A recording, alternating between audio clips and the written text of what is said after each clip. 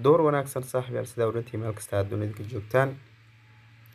fadlan haddii tahay daawashada kugu horeysa maanta channelka soo booqato subscribe saaro si aad u noqoto markasta daawada ugu horeeya intaa kadib kulamada habeen hore aan soo geliyay qaybkeed UEFA Champions League Real Madrid iyo Liverpool asxaab badan ayaa waxay dhis maxaa u dhahday Real Madrid maxaa ku raad double chance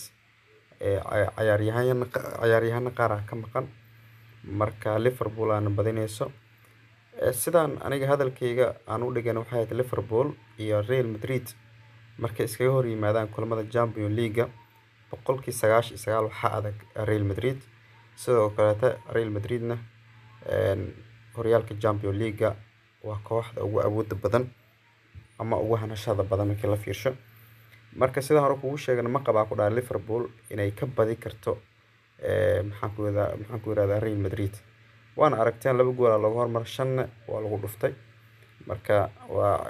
ciyaar waa iska sidaas inta kadib waxaan rabaa maanta waxaa jira Europe League sida ka warqabtaan sidoo kale Conference League marka kulankan waa kulanka koowaad hadda kulan kale muhiim maxaan ku yiraahdaa shaxdana iraahday waa shaxda koowaad hadda shax kale muhiim aan u aragno inaan soo gelino maadaama ciyaaraha bilaha dambe ay halaabeen oo inta badan lagu kalsoonaan karin laakiin iidan waa isla fiiri doonaa kulankan ama shaxdana waa shaxda koowaad marka AS Monaco iyo Bayer Leverkusen oo UEFA Europe League ciyaaraya caawa marka labadan maadaama isku awoodooda ay siman yihiin AS Monaco ayaan marka waxaan dooranaynaa inay Barrage and Badis ay maadaama gurigeeda joogto Barrage and Badis ay caawa ay heli karto kulanka labaad wuxuu noqonaa Roma iyo Salzburg marka Roma UEFA Europe League sidoo kale Roma waxaa muuqato sida qubarada caalamka ay ka faalooda kubadda cagta ay qabaan inay Roma caawa ay badi karto dhigigeeda Salzburg ay ka badi karto marka Roma waxaan ku qamartamayna inay caawa badi karto marka adiga hadaa qabto inay Roma badi karin double chance ku furan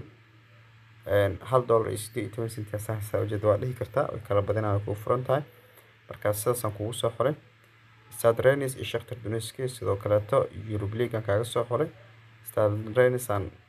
qabaa 99% inay sidoo kale ay badi karto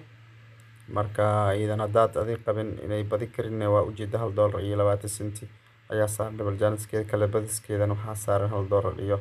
27 senti PSV Eindhoven iyo Sevilla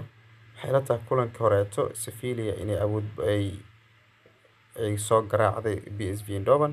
marka tan waxaan ka qaadanaynaa total over 2 gool ayaan ka qaadanay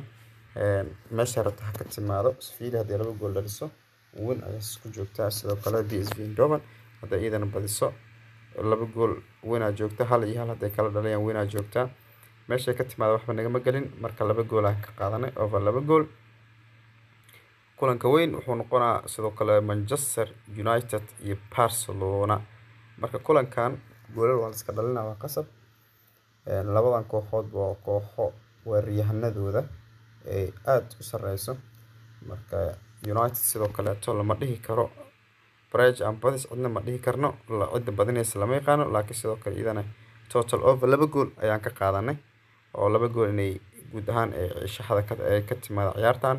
meesha rabto waxa ka timaado marka guud ahaan shaxda shanta kulan halkaas ayaan ku soo afmeeray qoolkana waa kana fadlan markay ku soo gaarto adigana daawo oo hada saan ku qanacdana ku qaado hada si kala xulinaysan si kala xulo waa maasanta